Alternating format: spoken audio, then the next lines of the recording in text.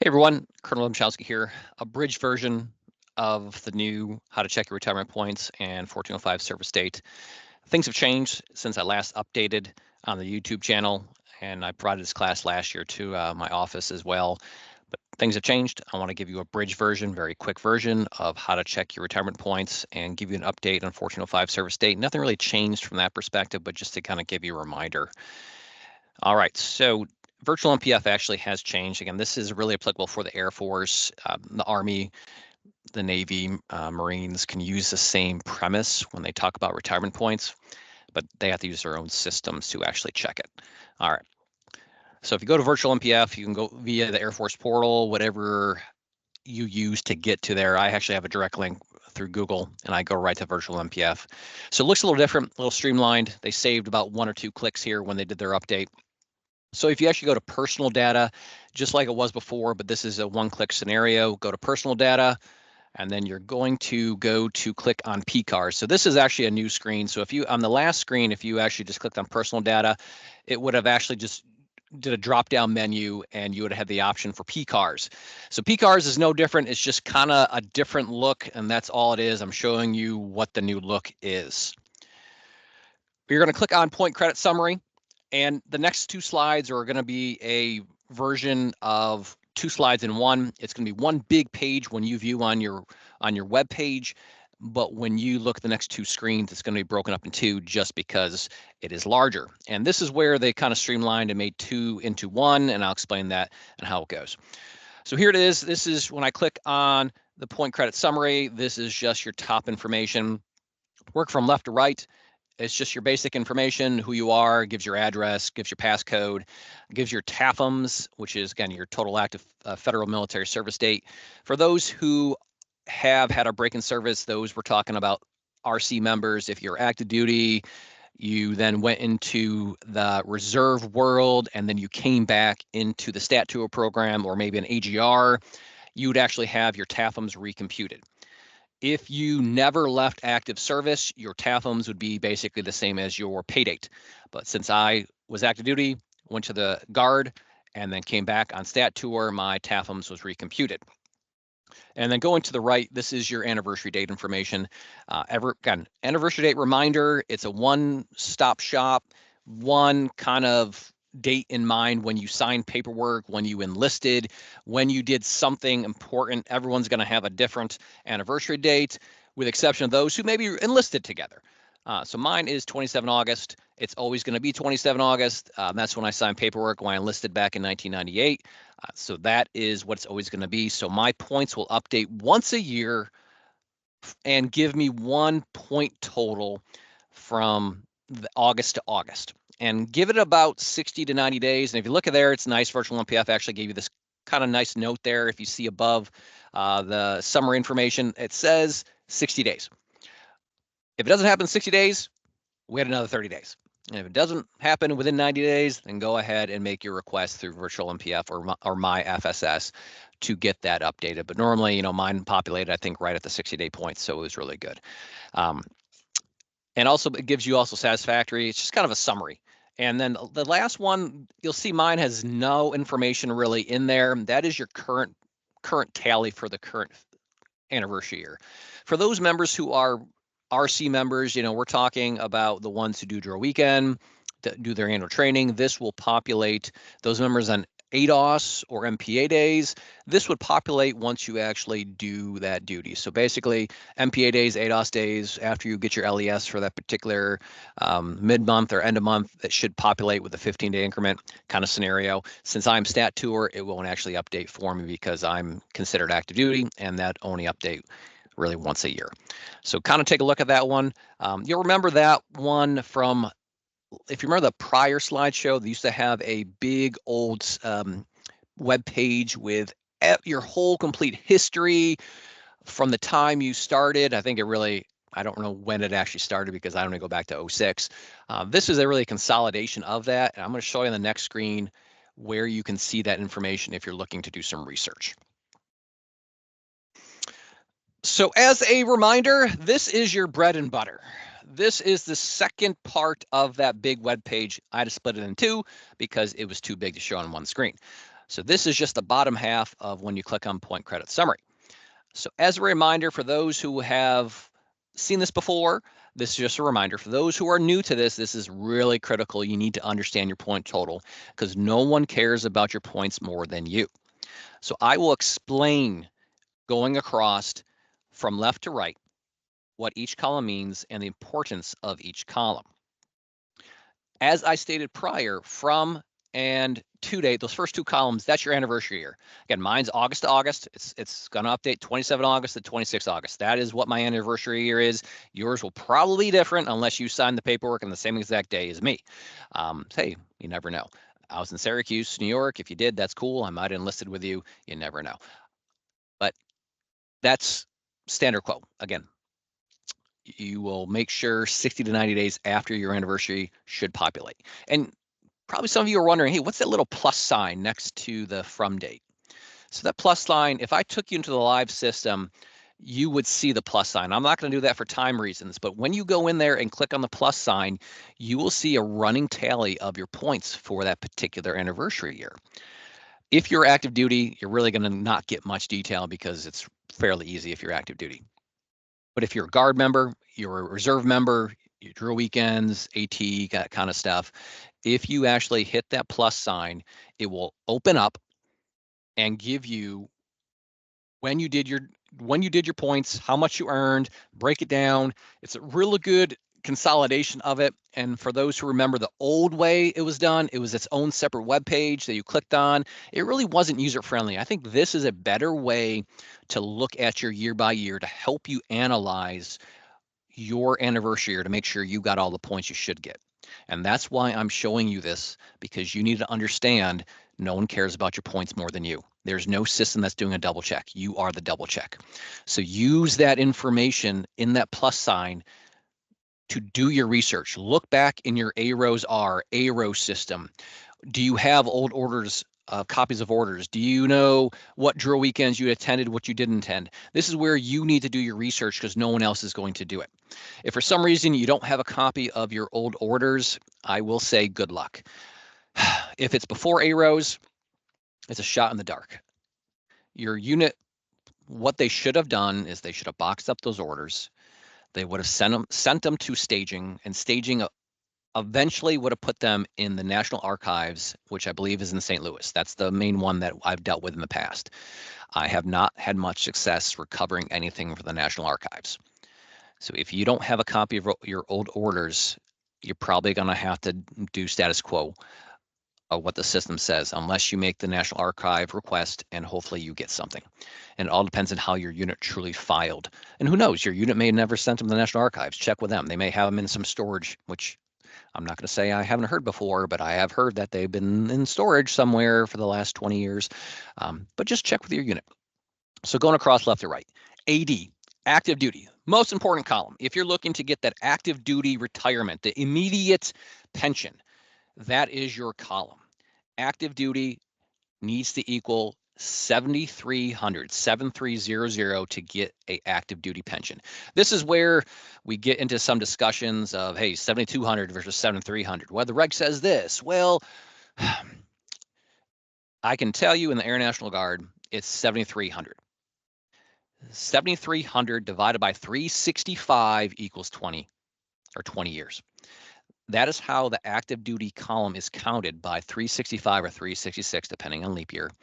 It's not used the 360 like the reg kind of talks about. So use the 365 as PCARS demonstrates.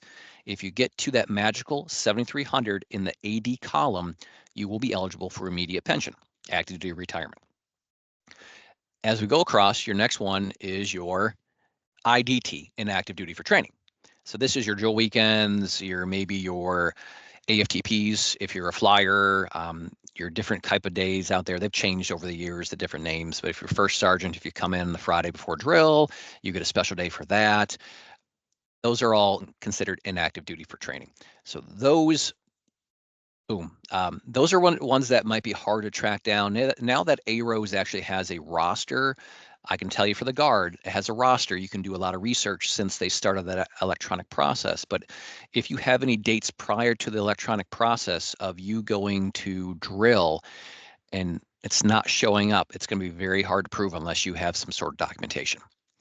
That's inactive duty. ADL. This name has changed over the years. ADL, Advanced Distributed Learning.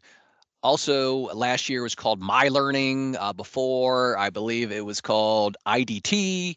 Not IDT, it was called ECI. ECI. This is your PME points. So if you register to go to PME via correspondence and are a reserve member. When I say reserve member, I'm saying those who do drill weekend and those who do annual training. We're not talking on someone who is on 365-day orders. We're talking on someone who is a, air quotes, weekend warrior. Because every course is associated with hours of studying, they give you points credited towards your guard retirement for those. And I'll show you there's a new screen that actually shows this, which is pretty kind of cool. We'll talk more about that on the next slide. The next one is IDS. IDS is inactive duty status. Normally I see for funeral honors. If you've heard of points no pay, that is where you'll probably see those as well. Could be something to do with VA. That's all in there. I have zero. I don't have much familiarity with those because I have not experienced it myself, but I have heard funeral honors are one of those things that they kind of populate in there. The next one is membership points. Everyone gets membership points if you're an active member of the reserve component. It's 15 points a year, regardless. It is prorated based on how much time you were in based on your anniversary year. Like if you came in mid-year, you'd only get half. If you retired mid-year, you only get half. You'll get those. And this is where I kind of bring up as a reminder because it translates into the last column. We're going to skip ahead to satisfactory service.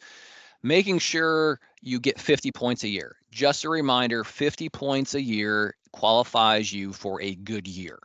So those membership points do qualify you for that good year. So if you do the math, 50 minus 15 is 35.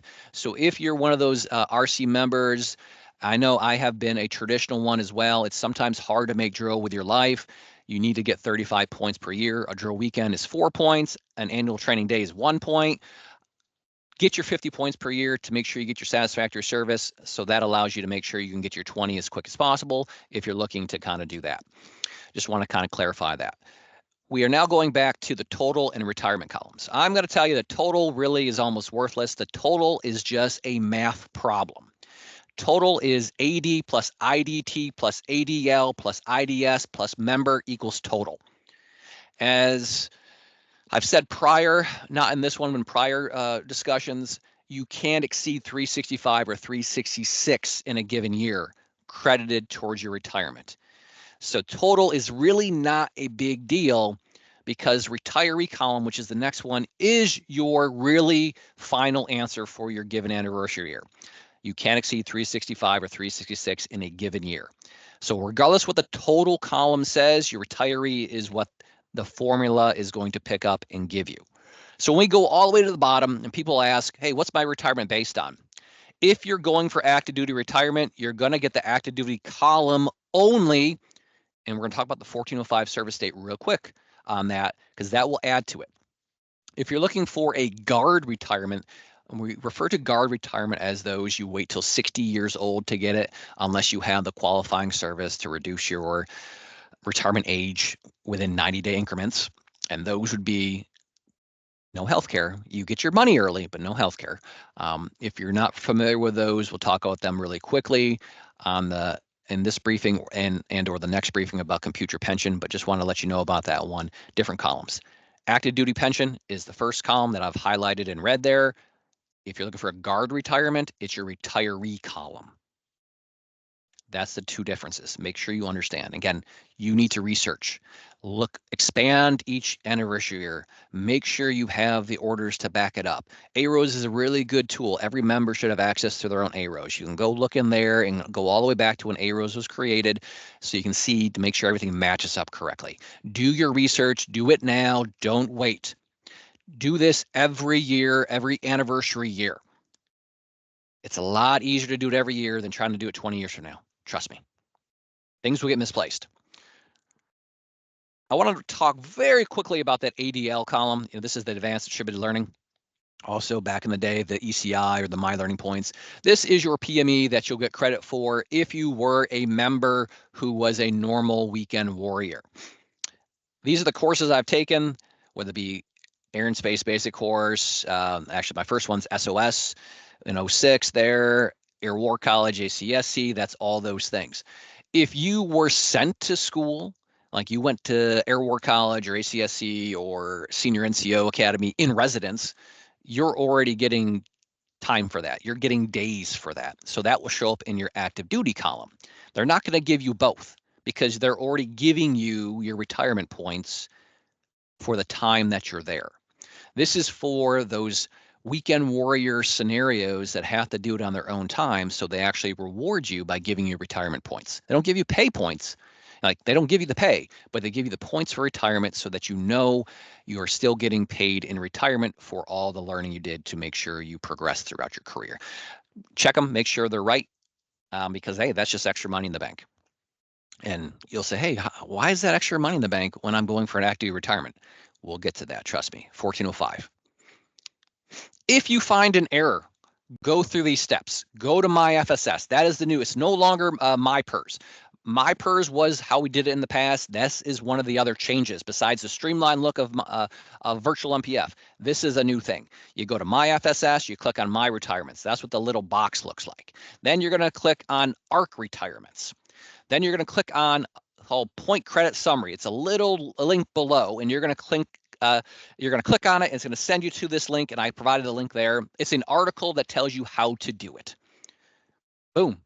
That's how you do it. If you find an error, make sure you provide proof. They're just not going to take your word for it. You're going to have to upload your orders or upload some sort of proof, 105 card or something like that to show that you were actually paid for it, or LES, something like that.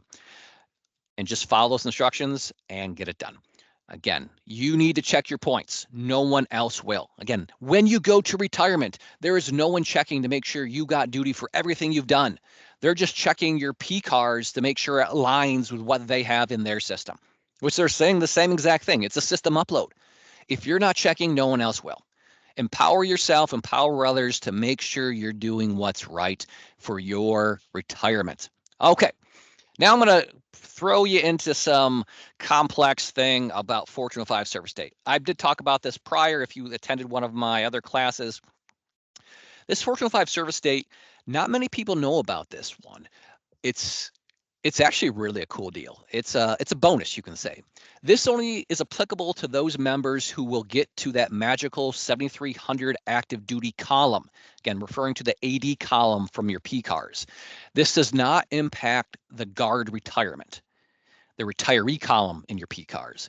If you're waiting till 60 for your pension in the guard or the reserves, this is not applicable because you're already getting this information, this points. You already got it. This is a bonus for those members who have been a normal drill weekend warrior to give them some of their IDT points into their retirement. Because, you know, I was active duty. I joined the guard. I was a guardsman for about 7, 8 years. And then I came back on stat tour. I did a lot of drill weekends, So this is the DOD and Congress giving you extra money in your retirement as an active duty member for all the training you did as a guardsman. I think it's really cool, but it's not all encompassing. There is a formula to this. So once you get to your 18 years of TAFM, so meaning you're in sanctuary, AFPC or ARPC should do this for you, but I've found it doesn't happen. So you have to request it. If you're a guard member, talk to your local FSS. If you're an RC member, talk to your local FSS. If you're a stat tour member, talk to our HR here in the ANGRC. Or you can just go ahead and do a MyFSS ticket and say, hey, can you please compute my 1405 service date? But you have to be 18 years of TAFMs, meaning 18 years of active duty points to get to this 1405 service date. Because you're in sanctuary, they have to carry you unless you do something really bad. So that's why they'll compute it at that point. I didn't have mine computed at the 18-year point. I emailed HR. They had it done in a week for me. This is used to expand the 20-year pension, but can't qualify you for the 20-year pension unless you're in the medical retirement world, which we do not hit on. And again, reminder, if you already were in active duty for that given year, like you have 365 points in your active duty column, you won't get any more because the max points you can get in a given year is 365 or 366. That still is applicable here. But what this does is for those years that you didn't have all those, if you have qualifying IDT, you will actually get it added as a percentage point to your retirement. And it's done in day increments. So if you look down on the bottom, there's a US code if you want to look at it. And it hasn't changed. I looked at this a few weeks ago. So it's still legit. If you were in the service before 1996, September 23rd, you would get 60 days of IDT qualified towards your active duty pension. If it's from September 23rd, 96 to October 30th, 2000, you get 75 days. And then you go 90 days and 130 days. I have a spreadsheet that I can show you how I applied this law to it real quickly to kind of show you how I have applied it. I think it's very easy. I gave this to my office so they can plot it out as well.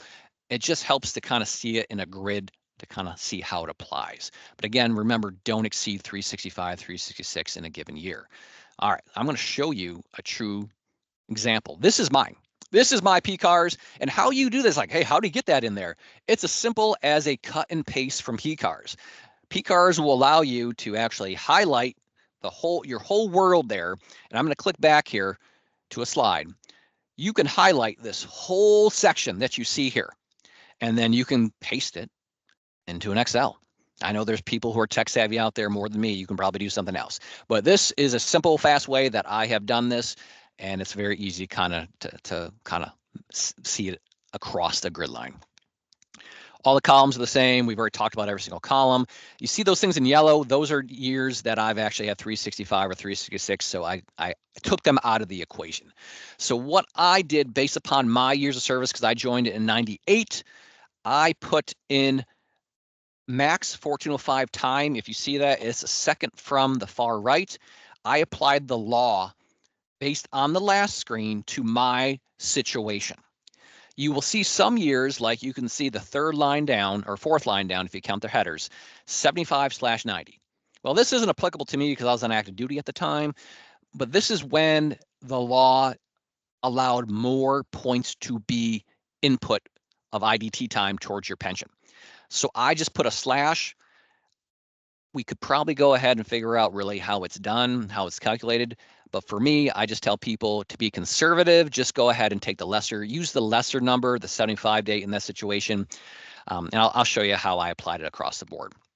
So if we walk our way down, we'll skip the yellow. We'll go to the first column there really of August 2005 to 2006. I went across. You can see this potential IDT time. That column, all that is a math problem. What I did is set up a formula, and I took IDT column plus ADL column plus IDS column plus member column equals potential IDT time. Very simple math formula. Boom. Very easy to set up. If you're kind of not used to working in Excel, all it is go ahead, click in the block, put an equal sign, highlight your IDT column, particular in that one, use the plus sign, ADL, use the plus sign, IDS, use the plus sign, member, and click enter, and it should populate for you. Then you can just drag it down. I'm pretty sure most people know how to use Excel better than I do out there. All right, so you have all this down there. You can see how I applied it. You can kind of do the math check if you want to. As we move down, you can see we'll focus here on the 06 to 07 line. 48 IDT plus 32 plus 15 equals 95. The law only allowed 90. So I can only carry over 90. So 95, even though I earned it, doesn't mean I can carry it over. I can only carry over 90. And you see the next one down, that's when the law changed again. So if I was in a situation that I had, say, 111 points, for example, I would still put 90. Because I'm not sure exactly 100% how they compute that when the law changes. I know I probably could do it. It would take me a little while. You'd have to do it by date, put the dates in there when the law changed, carried over. it could be done, but to be conservative, I just go ahead and use the lower number. So keep on going down, keep on going down. I'm applying. There, I have another one, 12 to 13. I earned 146 IDT, and law was only 130. I could carry over 130. So hopefully you can all see how I've kind of mapped this out. Fairly easy to kind of do it. There's math problems, you apply the law, and you carry over what you can carry over. And then you just carry the point total down for 3, and to me, it's 651 days.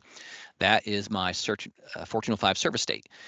So what you would do is then divide 651 divided by 365. And I'm using 365. According to the DDFMR, it should be 360.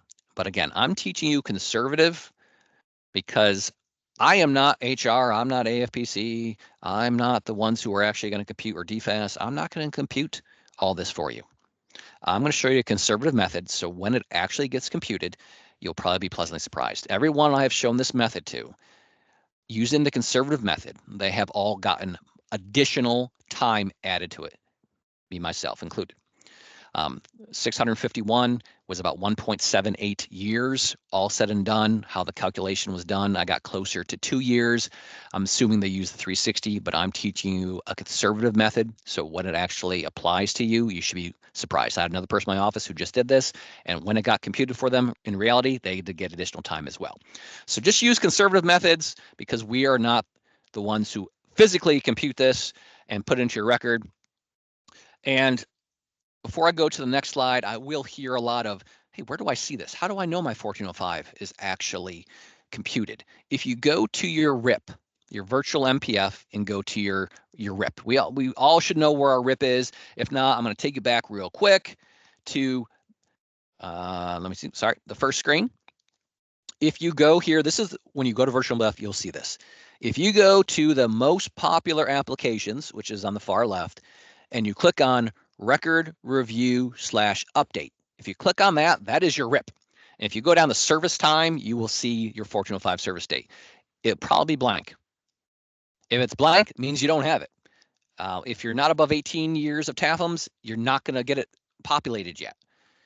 So wait till you're 18 years TAFMs and go ahead and do that, but it doesn't stop you from doing what you have done in the past. So if you're on stat tour right now, or in an AGR tour that you know they're going to carry you to 20 years, you can go back and do this right now and figure out what your multiplier might be in the end.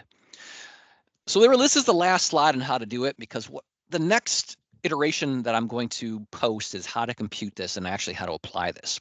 But what will happen with the 1405 service date? For me, I'm going to hit 20 years of active service on 1 April of 2026. Because you have to retire on the first of the month, that is when my official 20 is computed, although I hit my 20 in March of 2026. So what this will do is you take your 1405 service date bottom line. Mine is 651. It's never going to grow any higher. Conservative method, because I'm on stat tour and I'm in sanctuary, I'm going to retire active duty. If I divide that by 365, it comes to about 1.78. I'll round it up 1.8 years. I will add that to my 20-year total. So it will be 20 years of service plus 1.78 years. So I will be closer to a 55% pension than I will be to a 50% pension. I know that is good news. Do your homework, because the next class I'm going to show you will be how to compute your pension. And it's good to know this date, because you'll see that you will get rewarded for all that IDT time, and it will increase your multiplier. It will increase your pension. It is a gift. It's a present. So go ahead, do your research, get it correct to the best of your ability, validate, validate, validate. And the whole saying, trust but verify, you need to do this because no one else is going to. Go ahead and get this done. Once it's done, have a buddy check it. Have a friend check it to make sure you have applied the law correctly. If you're in a hard spot, I'm going to be in the service for about another year. Send me an email. I'm the only Domachowski in the entire Air Force, in the entire DoD. And if those who are wondering how to spell my last name, because I often say it a lot, boom, it's right there on this screen. Colonel Todd Domachowski. I'm a .1. I'm the only one, but since I was prior active duty, I already took up that us.af.mil account. So I'm really todd.domachowski.1@us.af.mil. Send me an email. Happy to answer, happy to review your Fortune 5 calculation. I'm not going to do any research for you because I don't have the ability to do that. But what I can do is send me your spreadsheet. I'll look at it. Did you apply the law correctly? Did you do your math correctly? And then we'll see what follows. I'm happy to look at it, more than willing, and I'll provide any notes that I have to make sure you have the best information going forward. And I would hope that you would take this knowledge and pass it on to someone else, because these classes aren't taught. This is something I've learned over about 26 years of service. I'm a financial management officer, but also I am a professional financial manager / advisor. I do this for fun. I like to pass on knowledge. I am not a knowledge hoarder.